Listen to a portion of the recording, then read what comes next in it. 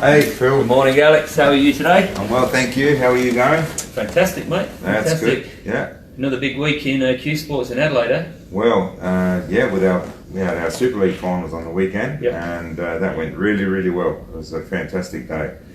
And you got finals. You had finals all last week, and got more finals coming up this week to finish it off. It's chock-a-block, Iceman. Yeah, yeah. Well, I guess the first thing we want to talk about is our the Super League finals. Yeah. And on the Saturday, we had $18,000 Wow. was given out in prize money. That ranged all the way through from our leader, our winner, right down to our best zero-pointer in the league. You know, so I'm just going to run through. So all different grades of players won prizes? That's right. That's right. So I just want to run through the players that perform the best in their group, in their sections. So obviously you know that it's a handicapped system. Yeah. So our state players, best players in our state are ranked at 4 points. Yep. Right down, and they cut into 0.25 sections, right down to our zero-pointer. Okay, so our best 4-pointer was Stacey Vine, best 3.5-pointer Tyrone King, our best 3.25 was Roland Green, best 3-pointer Damien Walsh, best 2.75 is Daniel Porter. So them 5 names there, all state players. Jeez. Right, so Daniel and Damien, they're pretty handy players to have in your team. For that. absolutely, absolutely. And Daniel will be going up this year. You know, obviously he's now matured into an adult and he's 18 years old, and you know, we expect him, as you do in your snooker. He's made appearances in finals in the snooker to really go ahead leaps and bounds. You know, he's a good lad. Listens to what shots to play and how to play them, and I think he's going to go a long way. We'll go further down to Rod Lowby, 2.5. Yeah. Best 2.25. He's an ex-state player as well, Alex. He is an ex-state player. Another name you'll know, Philip Missick, best 2.25. Best 2-pointer, Andrew Fitch.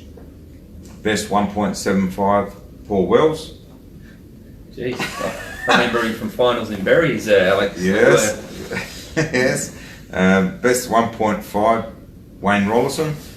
Now you look at team player. Yeah, you look at them names, and there's a few old guys in there. Which, what does that tell you?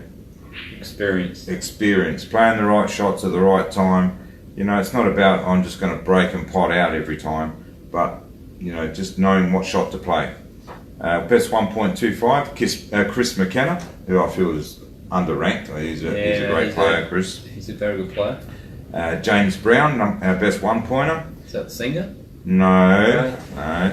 Best 0.75, Shane Wynett. Again, I think underranked. But that's fine. I mean, they'll all get adjusted this year because they were their best in that division, so they'll go up a little bit next season. Wayne Stewart was our best 0.5. Best 0.25 was John Van Riesbergen, sorry. And our best 0-pointer, Jared McGurk. So all of them players received prize money on the weekend? Yeah, they got a $50 bonus. Oh, fantastic. Yeah, it's not a lot, but it all adds up when you break it into that many sections. Our best master got an individual prize, Stacey Vine.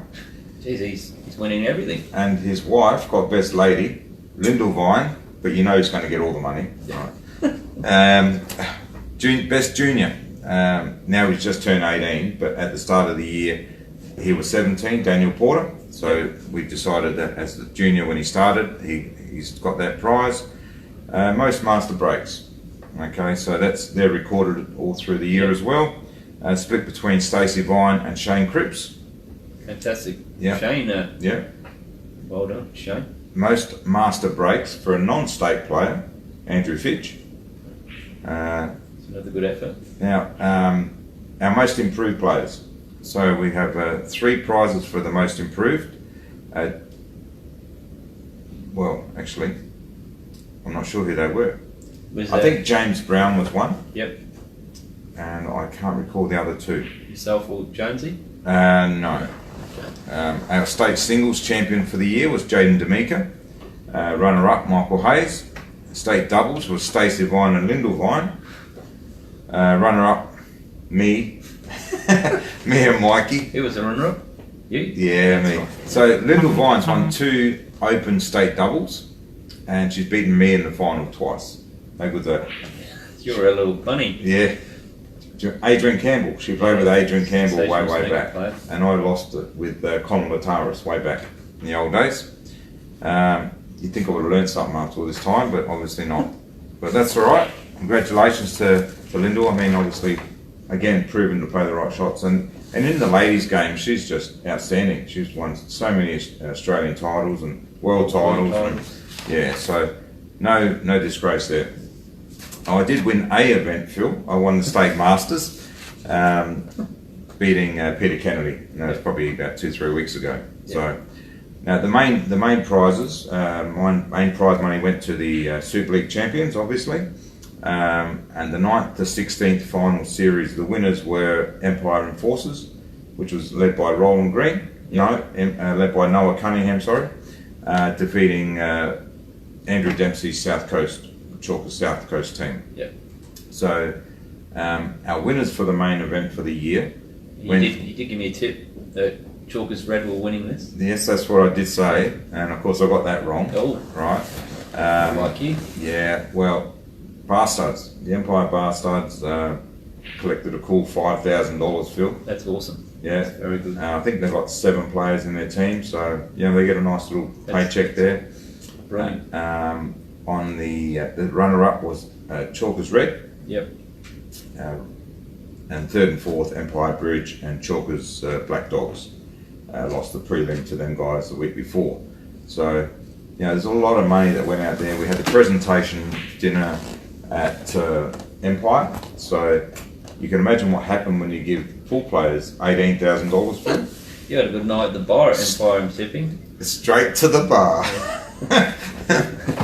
You were talking about the concept last week of your big day, and I tuned in to have a look what was going on, and I felt it was fantastic that you did have the second tier playing grand final on that day.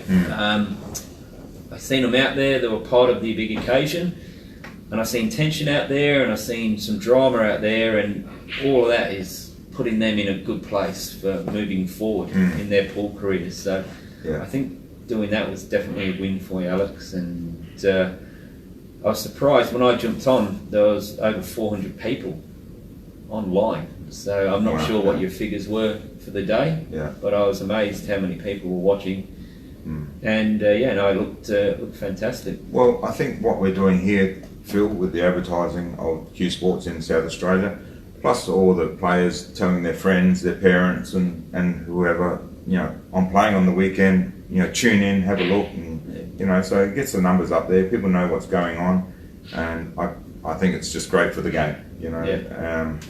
The opportunity that to play in the final. Now, I'm sure a lot of them players have played in a final. They've been playing a long time. Some of them, some play in different leagues, in South Coast, Centrals, wherever around the state. But to be put in that sort of situation, to be live streamed, knowing that there's all the good players, the top players are going to be there from the main event, and of course all the top players are going to come in at the end of the match when the pressure's right on and under the pump, and so really gives them an opportunity to progress their game. So it's like a big win-win for Empire, not only winning the 2 teams events, but the whole day, the occasion. Yeah, I think it worked well. I think there's about 120 players there that turned up for the day. So that was great. It was great. The summer season starts again on Monday. If you're interested in putting a team in there, or you want to just join a team, best person to contact is Sarwan Naker. We've got a list of all the players' handicaps that's available to anyone. Of course, you've got to be quick now. Like we're talking Monday coming, so about 6-7 days away to get a side in or find a team. So, and it's only going to be a short one. The main Super League season will start again on the first Monday of February next year. So it's all sort of what I like to do is try and find my team that's going to play next season, and then keep them together and just work on things. Yeah, just keep working on the game. And as you know, Phil, I don't stop working on my game. So some people like to have a break, and I feel that's detrimental at times. But you want to keep that well-oiled machine working. That's right. Yeah. So there you go for the Super League. What do you got there, Phil? Well, we didn't have quite a big day like you did, but we had an entertaining week. We had the finals of the minor snooker. So we had the semi-finals, which was Cole Conlon versus Daniel Stewart. Daniel got up 2-0, but it was a tight game that could have easily gone 2-0 to Cole. And in the other semi-final, we had Rick Cox and Frank Zhao. Frank was trailing 1-0, got up in a tight second frame and ended up winning 2-1. So we had the Daniel Stewart Frank Zhao final, which was a really entertaining final. Frank opened up with a 2-0 lead. Daniel pegged him back, knocked in a 39 and a 33 in the two frames, and quick time got it back to 2-all. But I was really impressed with Frank. He held himself together, got his composure back, and won the deciding frame. So for a minor state snooker, it was a fantastic final. And we had a lot of people here watching. We had our other league nights going on, but they came over, watched, and it just adds to it, the atmosphere. And both players did well, and like I said, young Daniel, he's a credit to his what he's doing, and he did very well. And Frank Zhao, he puts a lot of time and effort in his game, wants to get better, and it was a fantastic result. So yeah, Frank got over the line in the minor.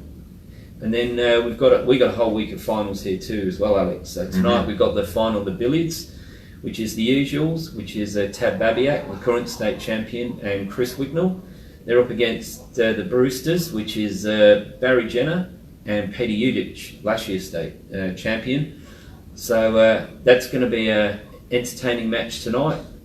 We will be streaming that live as well from 7:30.